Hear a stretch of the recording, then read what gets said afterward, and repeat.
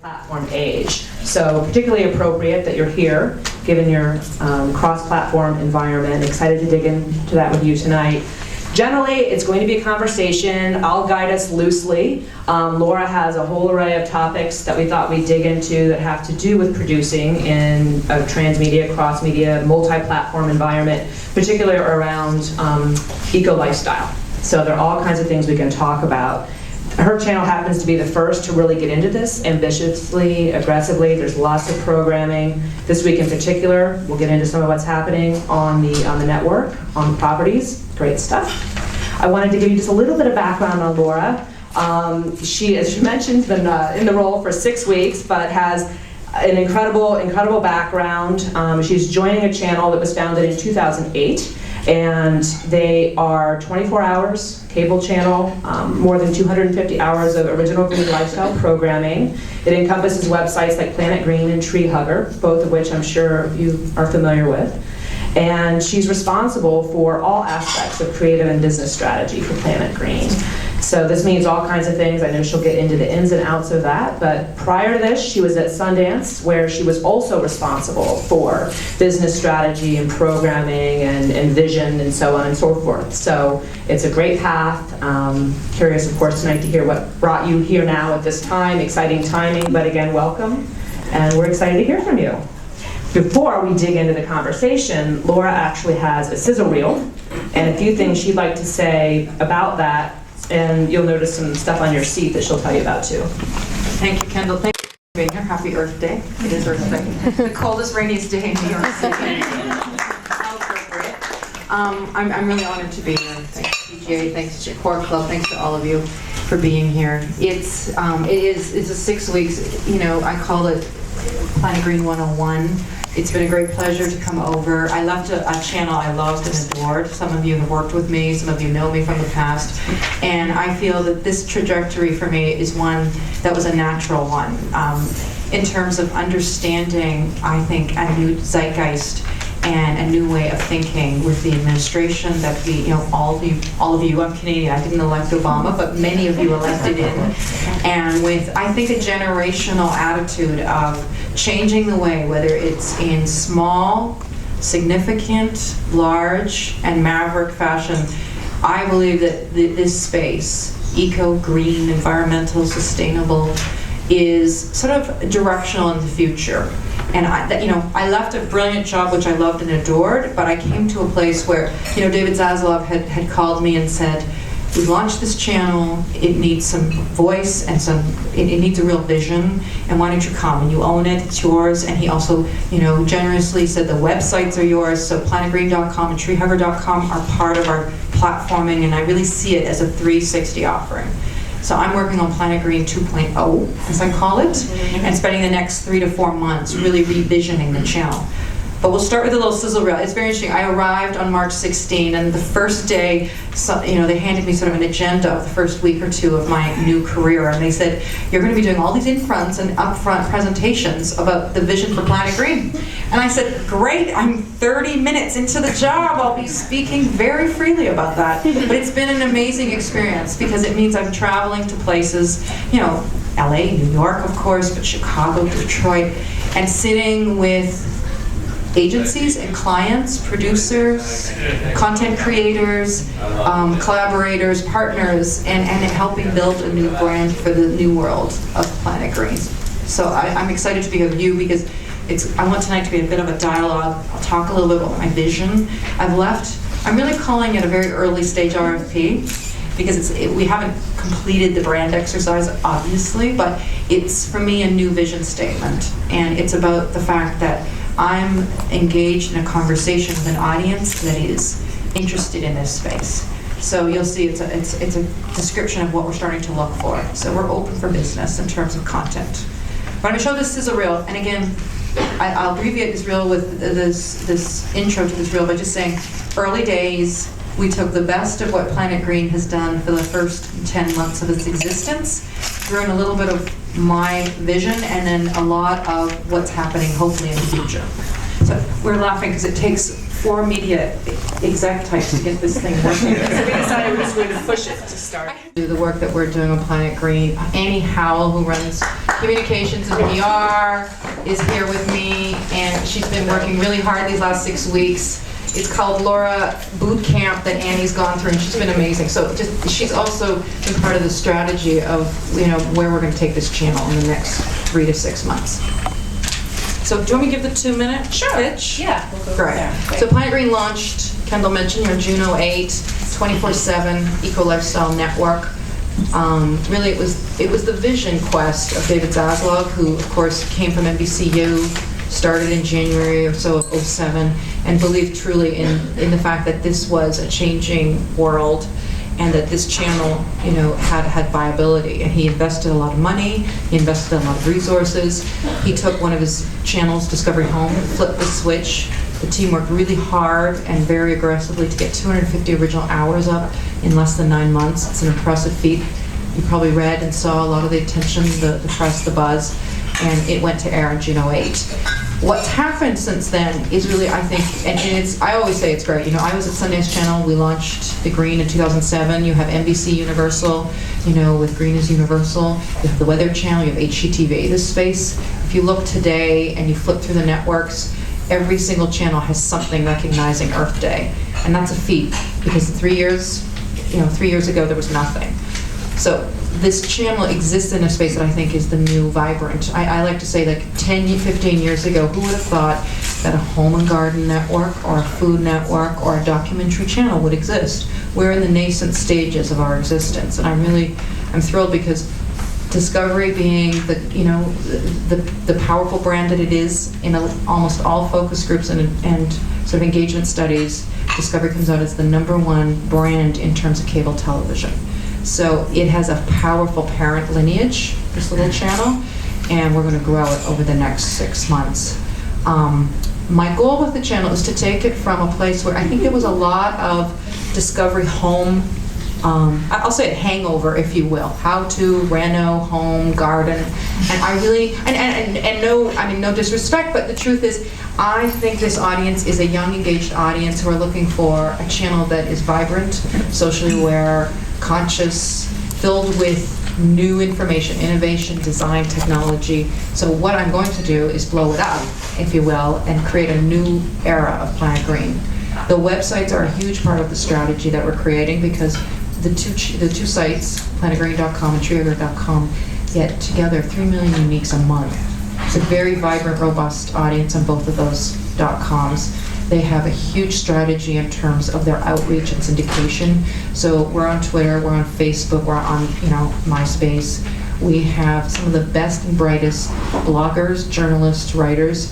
Treehugger was a destination. It was a website prior to, it launched in 2004, and Discovery bought it as a strategic acquisition to go along with the launch of Planet Green. So they bought it just before the launch, probably 7 months before the launch. And it was really smart, because it gave a certain level of integrity and a recognized brand. And the way we describe the two .coms is that planetgreen.com is about doing, implementation. It's really the companion to the network. So you will see a lot of information that flows from the linear net on planetgreen.com. And treehugger.com is really about knowing, knowledge, idea, kind of more on the ephemeral, cerebral, intellectual. We also have a staff. I loved it. I walked in the first day and I'm like, okay, so where are the digital sites housed? And Ken Rother, who's brilliant and runs both sites, is like, okay, well, I'm here. And then everyone else is in Spain, Canada, Japan, Italy, France. And I thought this is really a very, very successful model, because he has about 40 people working for the website scattered around the world. And they're engaged, they're on Twitter, they're on Skype, they have regular meetings. They created a robust site that actually brings in significant, respectable revenues, and they don't have a staff office where everyone's housed. It's pretty impressive. So for me, this future is about expanding, I think taking a look at the categories beyond what the channel had represented, looking at storytelling and narratives. I like to say we're going to put the people back on the planet. I think the issue of eco-environmental sustainable programming is, it's dry, it could be earnest, it could be holier than thou, good for you TV. I have to blow that, we have to get away from that, because no one's going to say on a Wednesday night at 9, I want to watch an eco program. They're not, right? It's just the reality.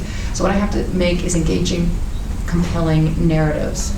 And I'm really going to be working very, very seriously to develop our stories and our narratives and our characters. You know, we come from a very strong lineage of people who were not TV celebs, Mike Rowe, Dirtiest Jobs, Who's My, you know, Deadliest Catch gang. I think we're going to look at eco-adventure as one category, but I'm going to look at design. I'm going to look at architecture. We're going to look in the space of innovation and technology. I'm going to look at human ecology, natural history. I think there's permission, even, you know, in this space, to be a little more inventive in the types of programs. The linear strategy is always going to tie into the digital strategy and vice versa. I'm really a believer that you can create content for the web that is standalone, unique, and compelling. And by the way, it can also transfer to the linear net. And you know, I'm very proud of a number of the things we've done in the past at Sundance. Green porno is a fine example. There's a couple of people in the room who know green porno well, but you know, Isabella Rossellini, fine case in point. She came to me 3 years ago and said, Laura, you know, I'm interested in this new world of technology. This woman didn't even know how to turn a computer on 3.5, 4 years ago. But now, you know, she came and said, I want to see how short form artist content looks on iPods, computers, looks on your BlackBerry. We showed her. She came back 6 weeks later and had green porno mapped out on these beautiful, beautiful little simply designed and drawn with her pencil crayons, you know, storyboarded. We did a great event, and again, I can't take any credit. It was really the wherewithal of the Planet Green team, the executive team who were there prior to my arrival. But one thing we're really interested in is eco-events, eco-activities. So we did a great partnership with Green Apple Festival and the Earth Day Network, you know, launching and having events across 10 cities, guys? Yeah, 10 cities across America. It was a volunteerism effort where people were encouraged to sign up and volunteer for 3 days. There's a lot of activity that was going on in LA, New York, San Francisco, Boston, etc. And what's great is then there were these concerts in all of these cities where we were able to participate as a sponsor, a supporter, you know, and there was tons of content. These guys did a stream on MySpace. You had it on greenapplefestival.com, and you know, they're going to make a special for us, for the network. And I'm really interested in that kind of innovation because I think this is multi-platform and it's community-based.